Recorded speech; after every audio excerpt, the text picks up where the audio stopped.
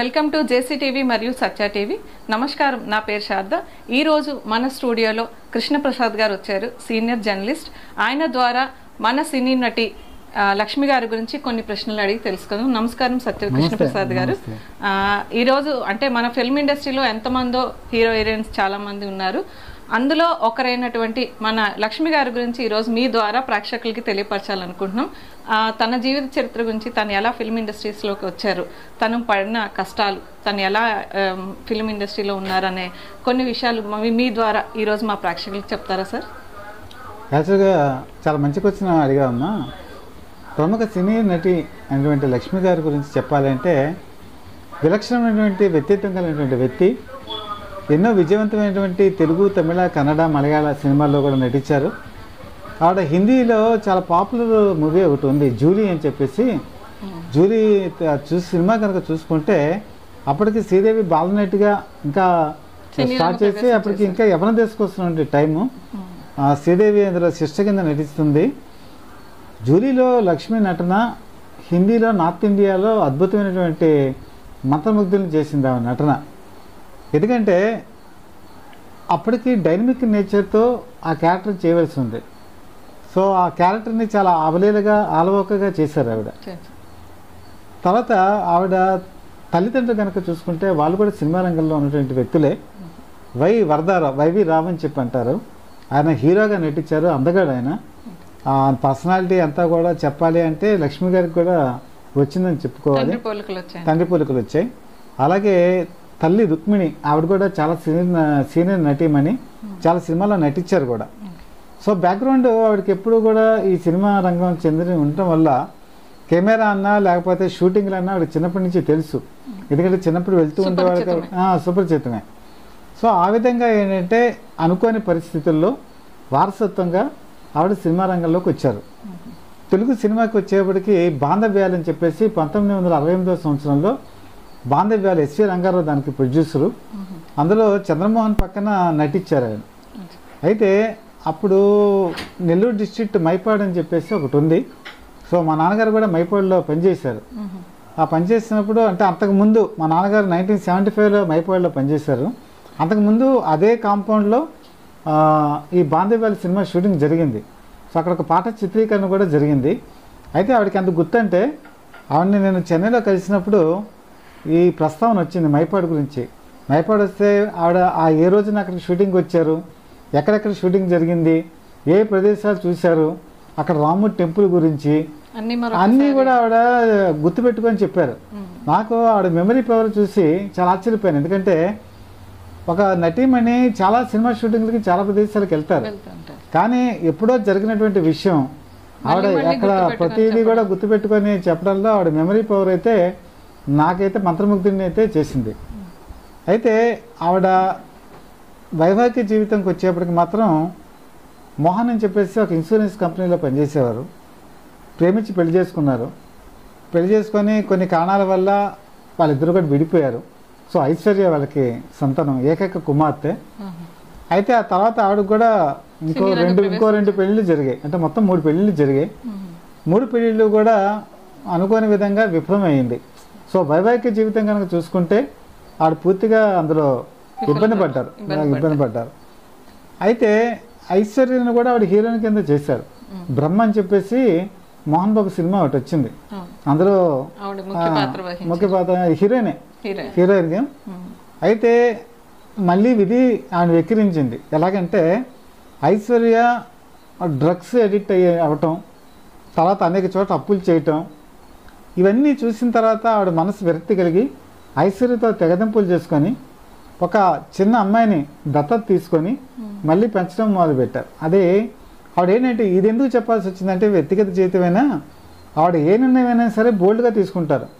ఎక్కడ కూడా భయపడటం కానీ, సమాజానికి భయపడటం కానీ, లేకపోతే రొటీన్గా వెళ్ళిపోదామని కానీ ఇలాంటి మనస్తత్వం అయితే కాదు. తర్వాత ఆవిడలో నేను అబ్జర్వ్ చేసింది ఏంటంటే ఏదైనా మాట్లాడుతున్నప్పుడు డేరింగ్గా మాట్లాడతారు. తర్వాత విమర్శలు తన మీద చేస్తే ఒప్పుకోరు, ఆత్మాభిమానం గల వ్యక్తి. తర్వాత వ్యక్తిని చాలా గౌరవిస్తారు. ఇంటికి ఎవరు వచ్చినా కూడా చాలా గౌరవిస్తారు. జర్నలిస్టులు అన్నా ఎవరన్నా కూడా చాలా గౌరవం ఎక్కువ, అందరితో స్నేహభావం. అయితే వ్యక్తిగతంగా ఆవిడ చాలా మంచి ప్రవర్తన. ఎక్కువ ఇంగ్లీష్ బుక్స్ చదువుతూ ఉంటారు. ఆవిడకి ఒక లైబ్రరీ ఉంది, ఆ లైబ్రరీ కూడా నేను చూడటం జరిగింది. చాలా డిఫరెంట్ బుక్స్, ఇంగ్లీష్ కానీ, తెలుగు కానీ, తమిళ్ కానీ, అవి మూడు కూడా బాగా వచ్చాయి ఆవిడకి. మలయాళంలో కూడా నటించారు. ఆవిడ సినిమాల్లో చెప్పుకోవాలి అంటే మనకి వెంటనే గుర్తుకొచ్చేది పల్లెటూరు బావ. పల్లెటూరు బావలో ఆవిడ నటన అహంకారం అనే పూర్తిగా అహంకారం మూర్తిభవించినటువంటి వ్యక్తిత్వం. సో పల్లెటూరు బావ నాగేశ్వరరావుతో నటించారు, సూపర్ డూపర్ హిట్. అలాగే ఎన్టీ రామారావుతో నటించారు, తర్వాత స్వర్ణబాబుతో నటించారు, కృష్ణకి చెల్లెల కింద నటించారు. పుట్టినీళ్ళు మెట్టినీళ్ళు అనే సినిమాలో నటించారు, కానీ ఆయనతో హీరోయిన్గా ఆవిడేమీ చేయలేదు. సో అగ్రతారాగణం అటు ఎంజి రామచంద్రన్తో కలిసి నటించారు, శివాజీ గణేశన్తో తమిళంలో నటించారు. అన్ని చోట్ల కూడా ఆవిడ అద్భుతమైనటువంటి విజయాలు సాధించారు, అటు కన్నడ రంగంలో కూడా. అయితే ఆవిడ సూపర్ డూపర్ హిట్ పంతులమ్మ.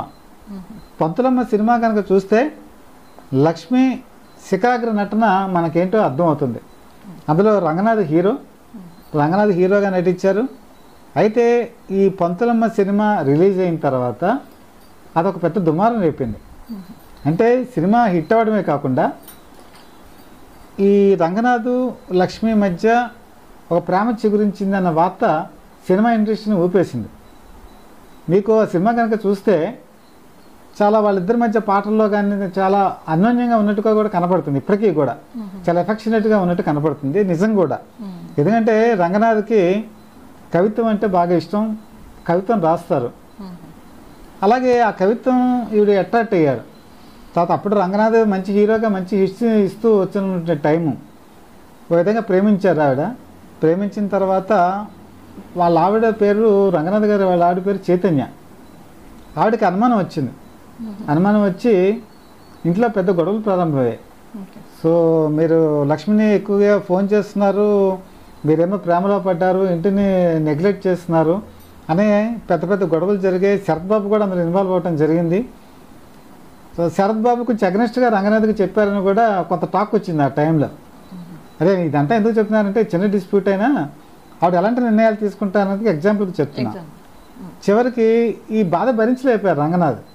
ఎందుకంటే ఒక ఇంటికి వెళ్తేనేమో భార్యతో గొడవ, బయటకు వస్తేనేమో ఓ పక్క లక్ష్మితో స్నేహం, ఏం చేయాలని మీమాంసలో ఉన్నప్పుడు ఈ ఇష్యూ అటు ఇటు తిరిగి అక్కినేని నాగేశ్వరరావు గారి దగ్గరికి వెళ్ళింది. ఎందుకంటే వాళ్ళ ఆవిడ అక్కినేని నాగేశ్వరరావుతో కలవటం సవేరా హోటల్లో కలిశారు.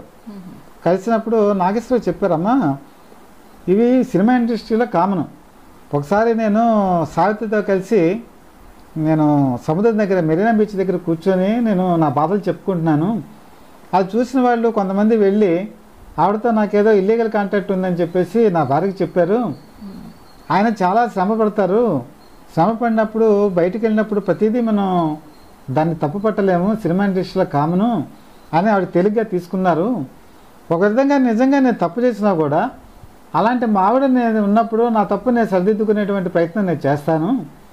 తగిన తప్పు చేశాడో లేదా పక్కన పడేస్తే నువ్వు మాత్రం ఇంకా అతన్ని ఇబ్బంది పెడితే ఇప్పుడే పైకి వస్తున్నాడు, దీనివల్ల ఏంటంటే కెరీర్ దెబ్బతింటుంది అని చెప్పేసి సలహా ఇవ్వడంతో ఆవిడ అప్పుడు కొంత శాంతించడం జరిగింది. అయితే ఈ వివాదం అంతా కూడా లక్ష్మి దగ్గరికి వెళ్ళింది. వెళ్ళంగానే ఆవిడ వెంటనే నిర్ణయం తీసుకున్నారు, రంగనాథ్తో చెప్పారు. వాళ్ళిద్దరు ఆ సినిమా హిట్ తర్వాత వాళ్ళిద్దరు కాంబినేషన్లో చాలా సినిమాలు వచ్చాయి, అంటే రావాల్సి ఉన్నాయి యాక్చువల్గా. అంటే సినిమాలు సైన్ అయిపోయినా కూడా ఆవిడ ఏం చేశారంటే మనతో కలిసి నటించొద్దు, ఎందుకంటే ఇది మళ్ళీ ఇబ్బంది పడతారు, మీ ఇంట్లో మీ ఆవిడ ఇబ్బంది పడుతుంది, నేను ప్రేమించినా కూడా నా ప్రేమను నేను త్యాగం చేస్తున్నాను, మీరు జాగ్రత్తగా ఉండండి అని చెప్పేసి అందులోంచి ముందాగా తప్పుకున్నారు. సో ఎవరు కూడా అలా చేయరు. లక్ష్మి కేవలం వాళ్ళ ఆవిడ అలా బాధపడుతున్నారని తన ప్రేమించినటువంటి రంగనాథుడు కూడా విధంగా వేడనాడారని చెప్పుకోవచ్చు. కానీ తర్వాత ఆవిడ ఎంత మంచి మనస్తత్వం అంటే, రంగనాథ్ 1980 దశకంకి వచ్చేప్పటికి మదన మంజరి అని చెప్పేసి ఒక జానపద చిత్రంలో నటించారు విఠలాచార్య. ఆ సినిమా ఫెయిల్యూర్ అయింది. ఆయన సినిమా కెరీరు అటు ఇటు కాని పరిస్థితికి వెళ్ళిపోయింది. అప్పుడు ఆవిడ ఒక సినిమా తీశారు, బంధాలు అనుబంధాలు అని చెప్పి. సోన్ బాబు హీరో, చిరంజీవి అప్పుడప్పుడే పైకి వస్తున్నారు, పోలీస్ ఆఫీసర్ క్యారెక్టరు. అందులో రంగనాథ్కి ఒక ముఖ్యమైనటువంటి రోల్ ఇవ్వడం జరిగింది. విధంగా ఆదుకున్నారు రంగనాథ్ని, అందులో ముఖ్యమైన క్యారెక్టర్ ఇచ్చి ఆదుకున్నారు. ఆ సినిమా కూడా ఇప్పటికే మీరు కనుక చూస్తే చాలా అద్భుతంగా ఉంటుంది. కానీ సినిమా హిట్ అవ్వలేదు, కానీ ఆవిడ ప్రొడ్యూసర్గా కూడా మారి బంధాలు అనుబంధాలు అనే సినిమా రంగనాథ్తో తీయడం జరిగింది. దీన్ని బట్టి ఒక విషయం ఏంటంటే, ఆవిడ తను నమ్మినటువంటి వ్యక్తి గురించి ఎంతవరకైనా పెడతారో, ఏ త్యాగానికైనా వెనుదిగరు అని చెప్పేసి ఇందులో స్పష్టంగా ఉంటుంది. ఇక్కడ ఒక విషయం ప్రేక్షకులకు చెప్పాలి. ఇంత గొడవ జరిగిన రంగనాథ్ ఈ చైతన్య వాళ్ళ ఆవిడ యాక్చువల్గా ఆవిడ ఏంటంటే రోజు మిల్క్ ప్యాకెట్స్ తీసుకుంటారు, వాళ్ళ కింద తాడు పెట్టి కిందకి మేడ మీద ఉండేవాళ్ళు. వాళ్ళు ఈ మిల్క్ ప్యాకెట్ తాడు పెట్టి లాగేవాళ్ళు, కింద పెట్టేస్తే సజ్జలాంటిది చిన్నది ఉంటుంది కదా, అందులో పెట్టి లాగేసేవాళ్ళు. ఒకరోజు ఏంటంటే తెల్లవారుజామున 5 గంటలకి నిద్రమత్తులో వచ్చి పాల ప్యాకెట్లు లాగుతున్నప్పుడు ఆ గోడ హైట్ తక్కువ ఉంది, ఆడ బరువుకి ముందుకు తూలి పడిపోయి పైనుంచి కింద పడిపోయారు. పడిపోవడంతో వెనుపసుకి దెబ్బ తగిలి ఆడ బెడ్ రిటర్న్ అయిపోయారు. నాకు రంగనాథ్ గారు కూడా వ్యక్తిగతంగా తెలుసు. ఆయన సినిమా షూటింగ్ని పక్కన పడేసి ఆవిడకి బెడ్ రిటర్న్ అయినటువంటి ఆవిడకి అన్ని పనులు అన్నీ తానే అయ్యి, అటు తండ్రి తనే అయ్యి, భర్త తనే అయ్యి, కొడుకు తానే అయ్యి, ఆవిడ చనిపోయేంత వరకు కూడా ఆవిడకి సర్వీస్ చేశారు. ఎవరు కూడా నాకు తెలిసి ఏ ఇండస్ట్రీలో కూడా భార్యని అంత కంటికి రెప్పలాగా చూసుకునేటువంటి వ్యక్తి ఎవరు ఉండరు, అంత బాగా చూశారు రంగనాథ్. ఇది ఎందుకు చెప్తున్నానంటే, లక్ష్మితో ప్రేమలో పడినా కూడా ఆయన భార్యను ఎలా చూశారన్న దానికి ఒక ఎగ్జాంపుల్ సినిమా ఇండస్ట్రీలో నేను చెప్తున్నాను అనమాట. సో ఇది చాలా గొప్ప విషయం. తర్వాత చట్టానికి కళ్ళు లేవని చెప్పేసి ఒక సినిమా వచ్చింది. అందులో కూడా ఆవిడ పోలీస్ ఆఫీసర్గా నటించారు, చాలా అద్భుతమైన నటన ప్రదర్శించారు. ఇప్పటికీ ఆ సినిమా చూస్తే ఒక పోలీస్ ఆఫీసర్ అంటే ఇలా ఉంటారా అని చెప్పేసి లక్ష్మిని చూస్తే మనకి అర్థమవుతుంది. తర్వాత అల్లుడా మజాక్ అనే సినిమాలో కూడా అత్తగారి కింద కూడా నటించారు, చాలా గ్లామరస్ రోల్ యాక్చువల్గా చిరంజీవి గారితోనే నటించారు. తర్వాత జీన్స్ అనే సినిమాలో నటించారు, అప్పటికి ఆవిడ పెద్దతర వయసు వచ్చేసింది. తర్వాత మురాటువంటి సినిమాలో వదిన కింద నటించారు. అంటే ఈ రోజు ఏమైనా పాత్రలు చేశారు తెలుగులోకి వచ్చేప్పటికి. అంటే తెలుగులో చెప్పాలి అంటే ఎక్కువగా సోన్ బాబుతో కలిసి నటించారు. అందులోనూ డేరింగ్ క్యారెక్టర్ ఏంటంటే, వి మధుసూదనరావు దర్శకత్వం వహించినటువంటి 2 సినిమాలు చాలా వివాదాస్పదం. వాటి ఈ తరం మనిషి అని చెప్పేసి ఒక సినిమా, 2 మల్లె పువ్వు అని చెప్పేసి ఒక సినిమా. మల్లె పువ్వులో ఆవిడ క్యారెక్టర్ ప్రాస్టిట్యూట్ క్యారెక్టర్. ఏ సినిమా ఇండస్ట్రీలో ఎవరైనా సరే అలాంటి క్యారెక్టర్లు చేయడానికి పీక్ పీరియడ్ లో ఉన్నప్పుడు వేసే పాత్ర ప్రాస్టిట్యూట్ క్యారెక్టర్ చేయాలంటే ఎవరు ఒప్పుకోరు. కానీ సోన్ బాబుతో కలిసి ఆ పాత్రలో నటించి ఆవిడ డేరింగ్ అనిపించుకున్నారు. తర్వాత అందరు దొంగలే అనే సినిమా వచ్చింది. అందరు దొంగలే కూడా చాలా అద్భుతమైన నటన. అలాగే నేను చెప్పాను కదా సోన్ బాబుతో కలిసి ఎక్కువ సినిమాలో నటించారని చెప్పి. సో ఏ హీరోతో ఉన్నా కూడా ఆవిడ ఎవరితోనూ కంఫర్ట్ జోన్గా ఉండేవారు. తర్వాత ఆవిడకి ఇప్పటికీ కూడా అభిమానులు తెలుగులో ఉన్నారు. ఎందుకంటే ఒక పుట్టినీళ్ళు మెట్టినీళ్ళలో చూసుకుంటే ఆవిడ అహంకారమైన పాత్ర, ఇంతకు నేను చెప్పినట్టు అలాంటి పాత్రలు ఎక్కువగా ఆవిడ ఇష్టపడేవాళ్ళు కూడా. సో బాగా డబ్బు గల వ్యక్తి, అహంకారం ఉన్నటువంటి వ్యక్తి. ప్రేమమూర్తులు అనే సినిమాలో ఆవిడ నటన కనుక చూసుకుంటే, తను ప్రేమించిన వ్యక్తి వేరే వ్యక్తిని పెళ్లి చేసుకుంటే అపోహపడి చివరికి అతన్ని నానా రకాల కష్టాలు పెట్టి రోడ్డు మీదకి తీసుకొచ్చేస్తుంది. అంటే 12 కాపురంలో రాణి మాలినీదేవిగా జమున ఎలా నటించారో, జమున తరహా స్థాయిలో ఈ ప్రేమమూర్తుల్లో కూడా నటించడం జరిగింది. ఆ సినిమా చూసిన తర్వాత ప్రేక్షకులు అందరూ కూడా ఆ క్యారెక్టర్ని ఎప్పటికీ కూడా గుర్తుపెట్టుకునే ఉంటారు. సో ఇప్పుడు మిథునం అని చెప్పేసి బాలసుబ్రహ్మణ్యంతో కలిసి నటించారు. అప్పటికి వయసు పెద్ద అయిపోయి ఆరోగ్యం బాగాలేకపోయినా కూడా మిథునం సినిమాలో నటించారు. ఇంత చెప్పుకోవాల్సిన విషయం ఏంటంటే ఈ సీనియర్ నటి మనకి ఒక విధంగా చెప్పాలంటే అవార్డు రాలేదనే చెప్పాలి. చాలామంది ఈరోజు పద్మశ్రీలు కానీ పద్మవిభూషణలు కానీ డాక్టరేట్లు కానీ ఇవన్నీ వస్తూ ఉంటాయి. చాలామందికి వాళ్ళ ప్రతిభకి కొన్ని గుర్తింపులు రావాలి. అలా గుర్తింపు పొందనటువంటి నటీమణుల్లో కూడా లక్ష్మి గారి గురించి చెప్పుకోవచ్చు. ఎందుకంటే 1968లో ఆవిడ ప్రవేశించారు. ఒక విధంగా చెప్పాలంటే 50 సంవత్సరాలు దాటిపోయింది కూడా. సో ఇలాంటి అరుదైన నటీమణులు ఇప్పటికీ కూడా మన పక్కనే మన జీవితంలోనే ఇంకా ఆవిడ జీవిస్తూనే ఉన్నారు. సో ఇప్పటికైనా సరే తమిళనాడు ప్రభుత్వం కానీ ఆంధ్రప్రదేశ్ ప్రభుత్వం కానీ లేదా తెలంగాణ ప్రభుత్వం కానీ ఆవిడ చేసినటువంటి సర్వీసెస్ని గుర్తించి ఏదైనా ఒక సత్కారం చేస్తే ఆవిడకి ఏదైనా మంచి అవార్డులు కనుక ఇచ్చి కేంద్ర ప్రభుత్వం కూడా అలాంటి వాళ్ళని గుర్తుపెట్టుకుంటే బాగుంటుందని చెప్పి నేను మన ఛానల్ తరఫున అన్ని ముఖ్యమంత్రులకిను అలాగే కేంద్ర ప్రభుత్వాన్ని కూడా నేను విజ్ఞప్తి చేస్తున్నాను. ఎందుకంటే అలాంటి ప్రతిభ గల వాళ్ళు తెలుగు ఇండస్ట్రీలో పుట్టరు. తెలుగు నటీమణులు ఎవరు కూడా ఆ స్థాయికి ఎదగలేదు. దురదృష్టవశాత్తు మన తెలుగు ఇండస్ట్రీకి ఈరోజు ముంబై నుంచి లేదా మిగతా రంగాల నుంచి తీసుకొస్తున్నారు. కానీ తెలుగులో పుట్టినటువంటి అమ్మాయి ఈ మిగతా హిందీలో నేను చెప్పిన ఇలాంటి చోట్ల కూడా నటించి మరి తెలుగు నటీమణులు ప్రతిభకు కొదవలేదు అని నిరూపించినటువంటి నటీమణి లక్ష్మి గారు.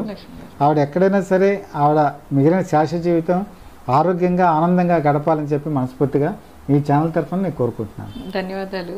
మీ ద్వారా మన ప్రేక్షకులకి సినీ నటి లక్ష్మి గారి గురించి ఆవిడ జీవితంలో ఎన్నో ఒడిదుడుకులు తట్టుకొని నటించిన ఎన్నో సన్నివేశాలని గుర్తు చేసి మరొకసారి ప్రేక్షకులందరికీ చాలా మంచి సందేశాన్ని ఇచ్చారు. ప్రతి ఒక్క లైఫ్లోని ఎన్నో రకాలైన బాధలు ఉంటాయి. మీరు అన్నట్లుగా ఆవిడకి అవార్డులు రివార్డులు రాలేదు. రాకపోయినా సరే మన తెలుగు అలాగే కర్ణాటక తమిళనాడు ప్రేక్షకులందరి మనసుల్లోనే ఆవిడ ఉన్నారని తప్పకుండా మనందరికీ తెలుసు. ధన్యవాదాలు కృష్ణప్రసాద్ గారు. ఈరోజు మా స్టూడియోకి వచ్చి మీరు ఎన్నో చక్కని విషయాలు చెప్పారు. ఇక ముందు కూడా మరి ఎపిసోడ్లు మీతో చేయాలని కోరుకుంటున్నాం. ధన్యవాదాలు. నమస్కారం. నమస్కారం.